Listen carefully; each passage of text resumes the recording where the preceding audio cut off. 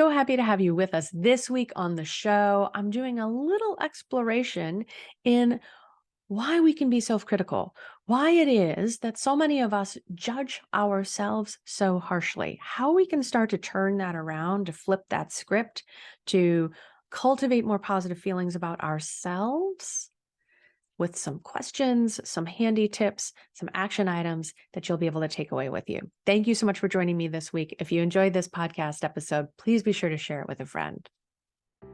Living in a stressful world doesn't mean you have to give up on happiness. Instead, you can shift your perspective of stress and discover how to live your life in flow. Welcome to Happified. I'm your host, Susie Vine. Join me for inspiration and interviews with folks who are shining their light in the world in the areas of positive mindset, health, and wellness. I'm so happy to have you here. What if you could maximize your meditation practice with a tool that maximizes your time and attention with images and affirmations carefully selected to boost your positivity, to help you integrate your intentions into your subconscious? I have a special gift available for you. Visit happifiedlife.com and click on the Start Off Happy button to take a look at the phenomenal technology created by Positive Prime that uses neuroplasticity to literally wire your brain for more happiness, higher productivity, better relationships, and greater success. Head over to the happifiedlife.com page to start off happy with Positive Prime. Enjoy it free for 30 days. Welcome back. I am so happy to have you with me this week on the show for a little exploration into something that has come up for me for quite a while, but recently was coming back to mind. And here in the US, it is the week of Valentine's Day. And while my husband and I appreciate each other every day, I also love this growing trend of celebrating Galentine's Day when ladies get together with their dear friends, their besties, and love on each other. And so I think in the spirit of shining some extra love around on each other, let's take a look at how we can start shining a little bit more love on ourselves and have a little less judgment, a little more tolerance, a little more patience, and stop judging ourselves as much as we do. Is this something that maybe you resonate with, that perks your ears up? Are you someone who tends to be hard on yourself? Maybe you feel like if you weren't being hard on yourself, you wouldn't get anything done, right? This is how you hold yourself to some standard that you've placed. This is how you drive yourself forward, by compelling yourself with a little extra criticism, with judgment, with harshness that maybe you learned in your life. Maybe you've heard that from other influences or perhaps somewhere along the way. You know, it could be hard to track the roots of this. It could be worth some contemplation after you listen to this episode. And as always, I would love to hear your thoughts, your takeaways, your feedback, any questions that come up for you through listening to this episode. I always invite you to join me over on happifiedlife.com, the website, or over in Facebook in my Live with Less Stress Facebook group. But as I was saying, this topic has been coming up for me because I'm certainly not immune from being a little bit self-critical, from judging myself, from not doing enough. And you've heard me talk before about the difference in doing, this compulsion that we have to be a very productive society, versus being more present, being more open, more in tune with what feels connected and aligned and important to us, right? Using more magnetism to draw us forward than pressure to push us towards some goal. So I've been exploring this place, and I know if you've been listening to the show for a while, you've picked up on this focus of mine as well. But one of the things that it came back to my mind as I was in the shower. We all have to spend a little bit of time in the shower, and perhaps you, like me, as you are getting clean in the shower, you look down at yourself. And this is a conversation I've had with some friends. When you look down at yourself, you see yourself from a perspective that no one else has. Have you ever thought about that? That your field of vision is completely unique. You see your picture of the world through this viewfinder. I remember those from childhood, those little plastic viewfinders, and it all comes into focus. And so when you look down at yourself from this top-down perspective, you might see that your belly is bigger than you wish it was, that your feet look funny, that, maybe one breast is larger than the others. Girls, I know you know what I'm talking about. You see things that no one else sees. But this is your view of yourself more often than not. Am I right or am I wrong? Or you're looking at yourself in the mirror. And this reminds me of something that I see just about every day that I am in at work. I work in a beautiful spa, very well appointed. And at the end of one hallway is what I call the funhouse mirror. And you know what I'm talking about, the mirrors that aren't exactly right. There's a little bit of something. The glass might not be completely straight. The backing might not be well attached. And it looks like a funhouse mirror. You look a little shorter and wider, or you look a little taller and narrower in the middle. You look like Laurel and Hardy, right? When you look at some of these mirrors. And so I think about that as well, that even in this beautiful place where every detail has been accounted for, somebody missed the memo on this funhouse mirror. And so as we're walking down the hallway, as I'm walking with a guest and I see ourselves reflected in this mirror, I'm reminded of the distortion that we can have reflected back to us. And we tend to put faith in what we have reflected back, right? We tend to trust the mirrors without considering the distortion that might be present in the mirror or the distortion that we tend to develop from our own point of view. Right? One distortion that I always see in myself that I've heard no one else sees until I point it out is that I have a sleepy little eye here on the right side. Maybe it's the left on your video screen. And I've always parted my hair so that my hair will cover that eye a little bit so it won't be so noticeable, which, as I understand, is hardly recognizable to others, right? But I parted my hair to try to accommodate this so much that I actually had a small skin cancer spot removed from the left side of the top of my scalp from that part area a couple of years ago. So how interesting is that? That these little things, these little accommodations that we might take on due to a perception that we have developed about ourselves can actually come to cause us real harm physically, mentally, emotionally, in the relationships that we have with others, in the way that we show up and be present with each other. Because through this filter, we might think that we are not worthy, that we don't bring enough to this relationship, that someone else is so much more or greater or better than we are, that we diminish ourselves in their presence. And how unfair is that, not only to ourselves, but to the other people in our lives, because we're dimming our shine because of this falsehood, because of this false narrative that we've adopted. We're not showing up fully. We're not bold enough and brave enough to say what's on our mind and in our hearts. We're not loud enough to fight for what we believe in because we think we're going to say it wrong, or we're going to say it at the wrong time, or somebody's going to get offended and that's not what we meant. And we limit ourselves, we check ourselves, we rein it all in. And so let's consider that if we're a little less judgmental of ourselves, we could be doing a greater service, not only to ourselves, but to the people in our lives, the work that we do, the world that we are trying to lift up a little bit, right? So let's take a look at this. One other thing that I like to think about, I heard this story several years ago, and I'm a color geek, as you know, and 2 episodes ago was living in full color, right? The spectrum of emotions. I'm all about dancing on that full range. And so when I heard that there is a scientific basis for believing that the grass is always greener on the other side of the fence. How crazy is that? But think about it. So consider yourself, you're sitting in your backyard, if you're lucky enough to be somewhere where grass grows. Here in San Diego, I go to a park in order to be able to sit down in grass.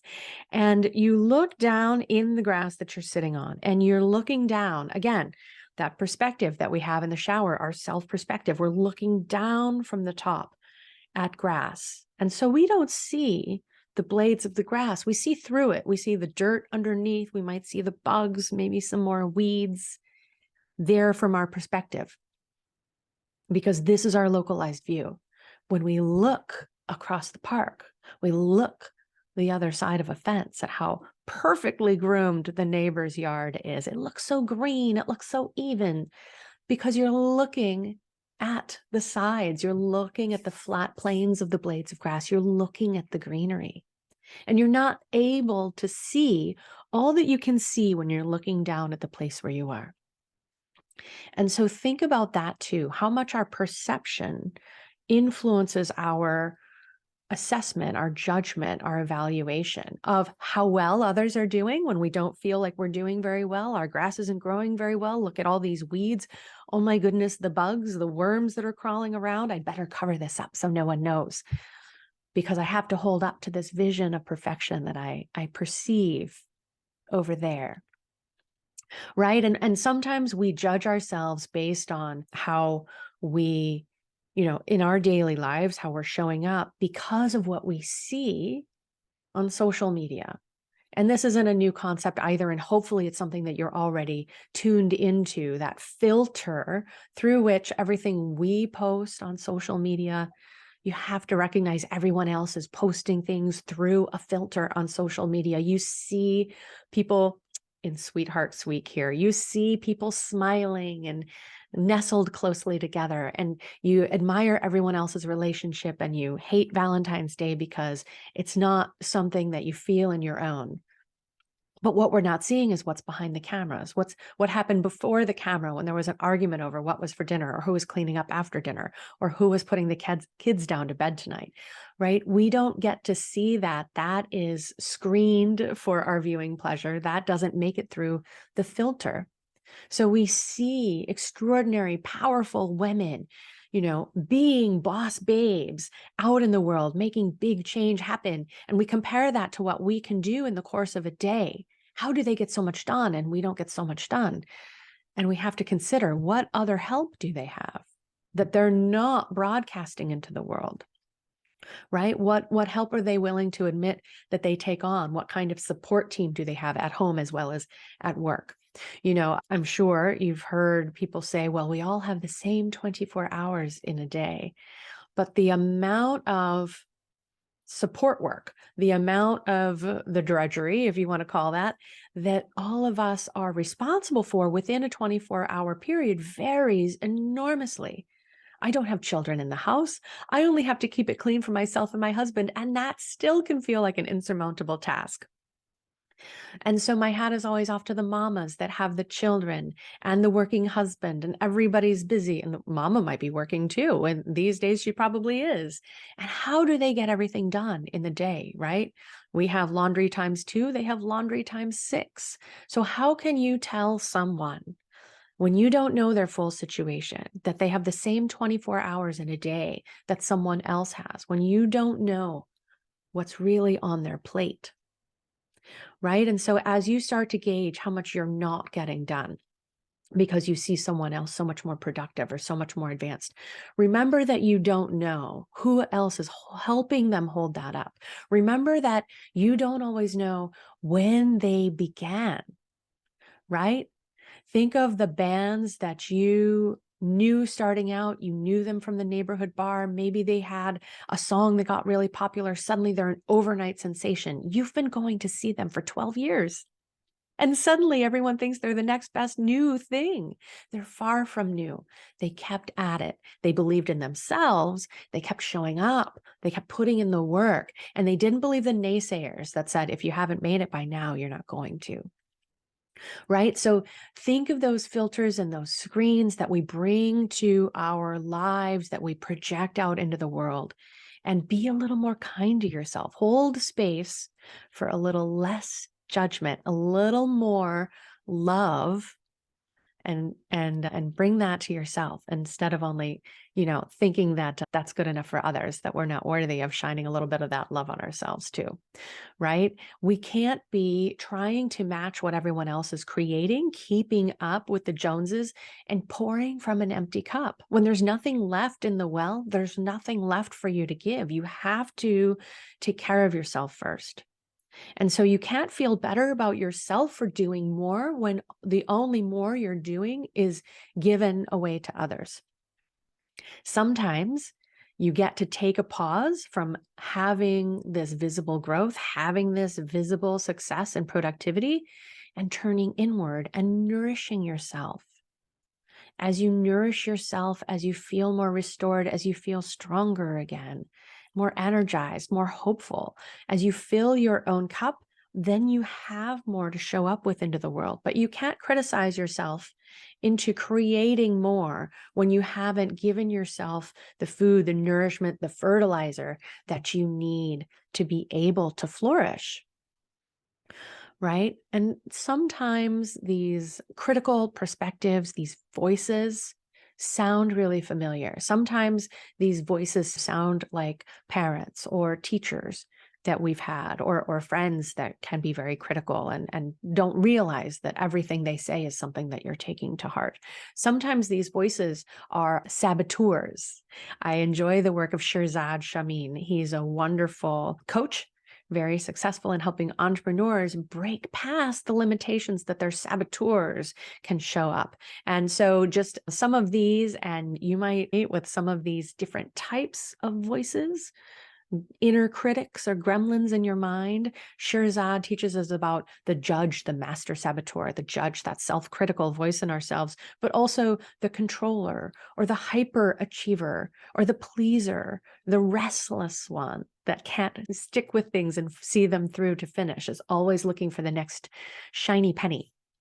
The stickler, again, that criticalness, holding things to that perfect standard, or the victim, and how these different voices and roles of this inner critic or inner voices can be holding us back. Perspective is powerful. I like to counter the saboteurs with taking a look at your personal character strengths from the VIA Institute. They have a wonderful quiz. I'll have the link in the show notes. You can pick that up and find out what of 24 identified positive character strengths are present in you. Not that we don't have all 24, and not to say if you have these 6, you should work on the other 18, but to say that this is where you naturally flourish. This is where you're already strong. And how can you maximize this? How can you bring more of yourself to the table? Show up in all of your own color and energy so that you can shine brighter. So I like to counter saboteurs or those inner critical voices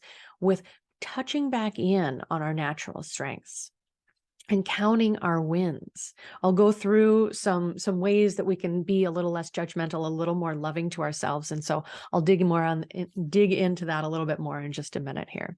But I want to spend another minute contemplating, how the voice of, or the worries, the fear can drive some of the self-judgment, and how we can start moving away from that fear of failure, fear of rejection, fear of hurt ego, right? Afraid to take chances because what will people think of us if we fail? Not thinking about, how many amazing leaders failed countless times before they had the successes that made them who we got to know. We can't be afraid of failing if that's how we learn the important lessons that inspire us to grow and do better and be more. We're afraid of hurt feelings along with that hurt ego. We're afraid of getting feedback, of people telling us we're playing too big, of people feeling overwhelmed or overpowered by us. And I invite you to consider, what might be going on for them. How relevant is their fear of you playing too big? Are there other people who can recognize what you're passionate about, what you're inspired about, who can understand where you're coming from and appreciate that energy? Not to say that you can't keep the others in your life, but their voice doesn't have to be the only one filtering your perception of who you are, what you're bringing to the table, what lights you up. There are others who have your own unique energy, your inspiration, your passion. And when you connect with them, you can keep that flame going. And when you're with someone else, when you have those quieter days, when you're ready to be a little more present and quiet, then that can be a good time to connect with those other friends in other spaces. But don't let the energy of one relationship flavor how you are able to be in all aspects of your life. Cultivate more love for yourself. Think of the hope that you have to bring things forward. Think of the potential that you have. You have created things in the past. Think about what you've done, what you've accomplished. This is a great list to make on a day when you have a little extra time. You don't have something else you want to jot down in your journal. We're really quick to count our losses, to tally up those failures, to record where we don't think that we've delivered the way that we should have or could have. But what about counting our wins? What about honoring our successes and celebrating those? When our brain is only given permission to wear a groove about everything that went wrong in the day, our brain is supported in perpetuating that biological design that we have to respond to stress. We get to overwrite that. We get to record a new tune. We get to teach our brain that we also can experience good things, that we enjoy those good things, that we invite more of those. By remembering the successes, we see the potential that we have within ourselves, and it's easier to find the solutions that we need to keep on racking up those successes. So outfox your brain, start playing a new tune, start counting your wins, as opposed to only worrying over those losses. Some other tips that I have, we'll see what of these resonate with you, what you'd like to cultivate. Again, this is never a point of overwhelm. You could do one of these things. You could do some of these things. If you really want to, you could do all of these things. Maybe just make a list and have it somewhere on a day when you're not feeling great. You could come back to one of these ideas. I'm all about making small changes that are sustainable so that we can build on those. So one exercise that you might resist a little bit coming up, and it's something you might have heard of before, and I've had a really amazing experience being on the receiving end of this, in order to get a little fresh perspective on yourself. Again, you've only got this point of view. You've been looking at yourself this way for a long time. How can you borrow someone else's eyes and understand that there's more to you than you are always able to see? Ask a friend, ask a coworker, ask some people in a group that you see fairly often, people who know you reasonably well. Doesn't have to be only best friends. Ask others. You're doing a project, you're working on a resume, you're working up a new bio. Ask people to reflect back to you. What would they say are your 3 top traits? The 3 characteristics in you that they appreciate or even admire. Ask people what are the most memorable stories that they might have for you, and then look for the ways of being that you are in those stories that make them so special, right? And if you get an embarrassing story about that one time the entire table, got tipped and everybody's appetizers end up in your lap, that actually happened to me. Maybe the winning character trait there is that you're able to laugh things off or quickly come up with an alternative and wear a sarong instead of your shorts out of the restaurant. You know, um, so be willing to kind of be open to this. You might have to dig a little bit to see where's the positivity if somebody hands you back a zinger, but be open to discovering something new about yourself when you look through other people's eyes and perspectives. So I encourage you to do that. Choose a friend or 3 friends and ask them for this feedback. What are some positive characteristics or traits or some of the most memorable stories that they have that they could share with you? And then keep those somewhere where you can look back over those. It's really, really warming and edifying to have that perspective. I've shared with you about the positive character strengths quiz at via survey.org. That link will be in the show notes. And as I've already said, I'm a huge fan of tracking your wins. Keep, a little code, give yourself stars or smiley faces on the calendar for things you did great. Yes, I showed up and I exercised today. Yes, I didn't drink 5 cups of coffee. I stuck with my 2-cup maximum, or I skipped caffeine today, which is where I am right now. So forgive me if I sneak a yawn or 2 into this episode, right? Track your wins. Yes, I meditated, or yes, I wrote down a gratitude before I went to sleep tonight. What are some things that you can, again, be accounting so you build faith in your potential and ability to succeed? All right. When we stop counting only the things that go wrong, we start counting the things that are going right. It's easier to be less judgmental. It's easier to believe in our potential moving forward. So track your wins, all of them. I had a great conversation in last week's episode with Robin Quinn Keene, Quit the Commitments That Hold You Back. And she's talking about how powerful that exercise is for her own clients. Keep a notepad on the refrigerator. If you don't keep a calendar or in your journal, write down something that went well today. So again, you're training your brain to celebrate those wins. Don't forget to reward yourself. When we want to change habits, we understand that habits are made of building blocks. There's the cue that makes us want to do the action that we take, and the reward. And those three aspects are always in a habit. So when we reward ourselves for doing more of what we want, we're more likely to do it next time. So think about ways to reward yourselves. Make that list, that things that make me happy list.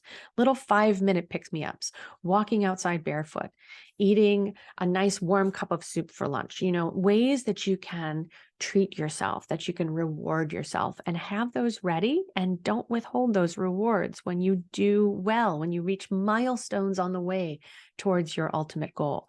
Remember to celebrate those wins and reward yourself.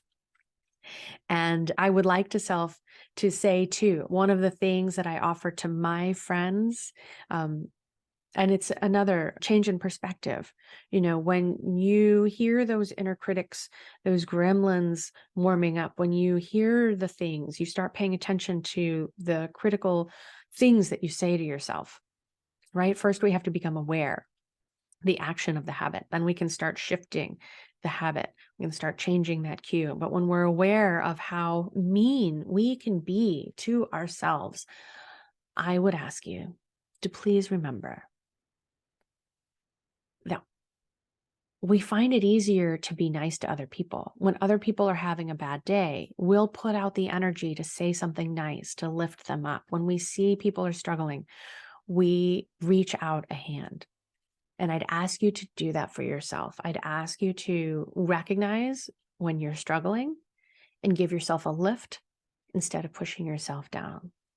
And I would ask you to please be nice to my friend and be nice to yourself. Take good care of yourselves. Thank you so much for joining me in this little exploration this week. I'd love to hear what your thoughts are, any takeaways, questions over at happifiedlife.com. And I look forward to being back with you next week. Take care. Thanks for joining us today. To learn more about living life with less stress and more flow, visit happifiedlife.com. Subscribe on your favorite player to catch the next episode as soon as it's out.